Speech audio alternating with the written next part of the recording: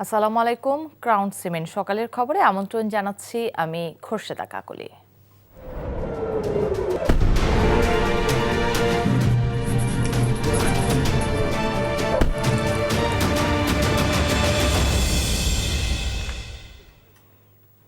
কোনো ধরনের সমঝোতা চুক্তিতে পৌঁছাতে ব্যর্থ হয়ে পাকিস্তান ছেড়েছেন যুক্তরাষ্ট্রের ভাইস প্রেসিডেন্ট জেডি ভেন্স। ফিরে গেছে ইরানি প্রতিনিধি দলও। যুদ্ধে যুক্তরাষ্ট্র যা পায়নি আলোচনায় তাই চেয়েছে বলে জানিয়েছে ইরান।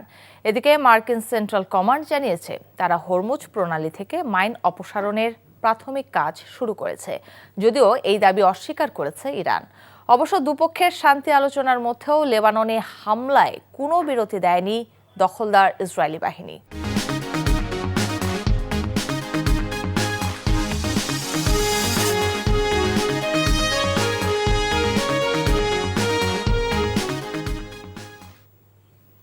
প্রচণ্ড রোদ, তীব্র শীত কিংবা প্রবল বর্ষণেও ফসল উৎপাদনে সদা তৎপর থাকেন একজন কৃষক। বিকল্প কর্মসংস্থান, সার, জ্বালানি এবং বীজের চড়া মূল্যের কারণে অনেক ক্ষেত্রে হতদম্য হয়ে পড়েন তারা। এমন প্রেক্ষাপটেও কৃষকের সরাসরি সরকারি সহযোগিতা কিংবা প্রণোদনা প্রাপ্তির ঘটনা বিরল। তবে দীর্ঘমেয়াদে কৃষি নির্ভর বাংলাদেশে কৃষকের সুদিন ফেরাতে কৃষি কার্ড চালু করছে সরকার। প্রকৃত কৃষকরা যেন এই সুবিধার আওতাভুক্ত হন, সেই দাবি কৃষকদের। মোহাম্মদ হোসেনকে সাথে নিয়ে টাঙ্গাইল ঘুরে জুবায়ের প্রধানের 2 পর্বের ধারাবাহিকের শেষ পর্ব আজ। ছবি তুলেছেন আইনাল আহমেদ। ভোরের আলো ফোটার আগেই শুরু হয় শফিকুল মিয়ার পরিবারের দিন। বৃদ্ধ বাবা মা, 3 মেয়ে আর স্ত্রীকে নিয়ে 7 সদস্যের এই পরিবারে একমাত্র উপার্জনের উৎস কৃষি। সংসারের খরচ, সন্তানদের পড়াশোনা সবকিছুর দায়িত্ব একজনের কাঁধে।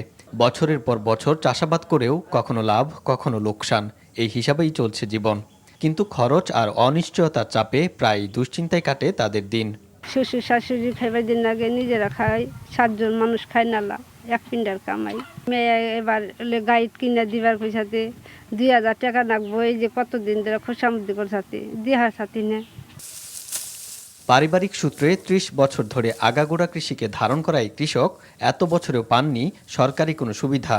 একাই কাজ করে 3 পোলাম পড়াই, মা বাবা ভাত খাওয়াই, আবার খেতে কাজ করি। এত বছর সরকার গঠন করতে কোনো সরকারি সার বিষ কিছু দেয় নাই। শফিকুল মিয়ার মতোই একই এলাকার কৃষক ইয়াদ আলী ও শহর আলীর গল্পটাও একই রকমের।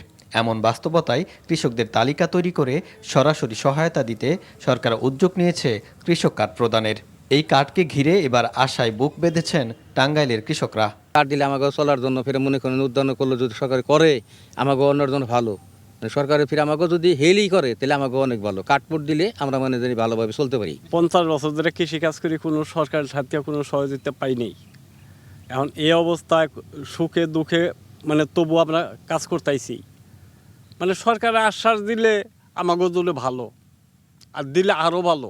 একদিকে কৃষিতে উৎপাদন খরচ বাড়ছে, অন্যদিকে পাওয়া যাচ্ছে না উৎপাদিত ফসলের ন্যায্য মূল্য। এমন পরিস্থিতিতে বিএনপি সরকারের প্রতিশ্রুত কৃষক কার্ডকে আশার আলো হিসেবে দেখছেন এই অঞ্চলের কৃষকরা। কৃষক কার্ডের আওতায় আসবে দেশের 1,65,00,000 কৃষক। এই কার্ডে ন্যায্য মূল্যে কৃষি উপকরণ সহ 10 ধরনের সুবিধা পাবেন কৃষকরা। পহেলা বৈশাখে টাঙ্গাইলে কৃষক কার্ড উদ্বোধনের দিনে নিজ হাতে 15 জন কৃষকের হাতে কার্ড তুলে দিবেন প্রধানমন্ত্রী তারেক রহমান। সব মিলিয়ে প্রথম পর্যায়ে এই জেলায় 1470 জন কৃষক পাবেন এই কার্ড। এই উদ্যোগটাকে সফল করার জন্য, যাতে এটা নিয়ে কোনো বিতর্কের সৃষ্টি না হয়, এই জন্য কয়েকটা লেয়ারে আমরা এটা যাচাই বাছাই করেছি। এতে তাদের নাম এন্ট্রি থেকে শুরু করে আমাদের পুরো কার্যক্রমে আমাদের মনিটরিং টিম ছিল। এখানে আমাদের উপজেলা নির্বাহী অফিসার, উপজেলা কৃষি অফিসার, আমরা বারংবার ওই অঞ্চলগুলো ভিজিট করেছি এবং আমরা নিশ্চিত করেছি যেখানে প্রকৃত যারা কৃষক তারাই যেন এই প্রকল্পের মধ্যে অন্তর্ভুক্ত হন। একদিকে যেমন উচ্ছ্বসিত কৃষকরা, অন্যদিকে যথাযথ বাস্তবায়ন নিয়েও দুশ্চিন্তায় তারা।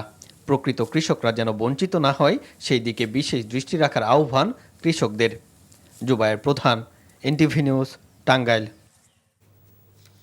হাম রুবেলা প্রতিরোধে ঢাকা উত্তর, দক্ষিণ সিটি কর্পোরেশন, ময়মনসিংহ ও বরিশালে দ্বিতীয় দফায় একযোগে টিকাদান কর্মসূচি শুরু হয়েছে।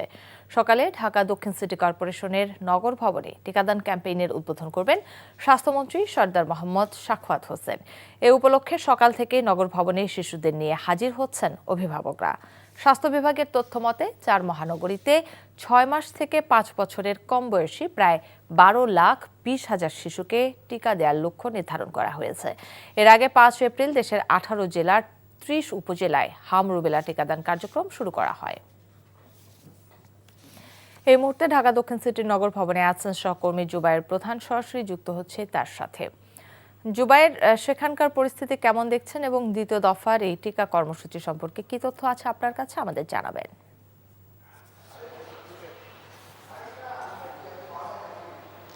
কাকলি, দ্বিতীয় দফার যে টিকাদান কর্মসূচি সেটি ঢাকা দক্ষিণ সিটি কর্পোরেশনের আমরা আছি এবং এখানে উদ্বোধন হবে, এরপরেই আসলে আনুষ্ঠানিকভাবে যেই শুরু সেটি কিন্তু হবে। এই আজকে শুধু এই ঢাকা দক্ষিণ যে সিটি কর্পোরেশন এটির সাথে কিন্তু ঢাকা উত্তর সিটি কর্পোরেশন যেটি কিছুক্ষণ আগে শুরু হয়েছে এবং বরিশাল, ময়মনসিংহ সিটি কর্পোরেশনের যে টিকাদান কর্মসূচি সেটি শুরু হবে এবং ১২ লাখ যেটি সংখ্যা বা ১২,১৯,০০০ শিশুকে এই টিকার আওতার মধ্যে নিয়ে আসা হবে, যেটি আজকে শুরু হয়ে ৯ মে পর্যন্ত অর্থাৎ ৪ সপ্তাহের একটা সময় কিন্তু তারা বলেছেন।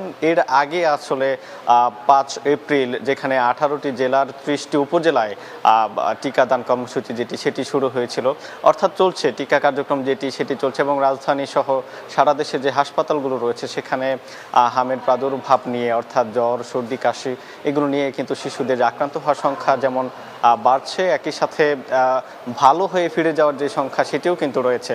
তবে এখানে আসলে আমরা কথা বলেছি, তারা যেটি বলছেন যে টিকার আওতায় কিন্তু এর আগে যারা টিকা নিয়েছিলেন অর্থাৎ ২৮ দিন আগেও যদি কেউ টিকা নিয়ে থাকে তারাও কিন্তু এসে এখানে টিকা নিতে পারবেন। ৬ মাস থেকে ৫ বছর বয়স আসলে তারা বলছেন যে এই বয়সের ভিতরে ২৮ দিন আগে যদি কেউ টিকা নিয়ে থাকে সেক্ষেত্রে তারা এখানে টিকা দিবেন, এরকমটি আসলে তাদের পক্ষ থেকে জানানো হচ্ছে, যেটি ৪ সপ্তাহ চলবে।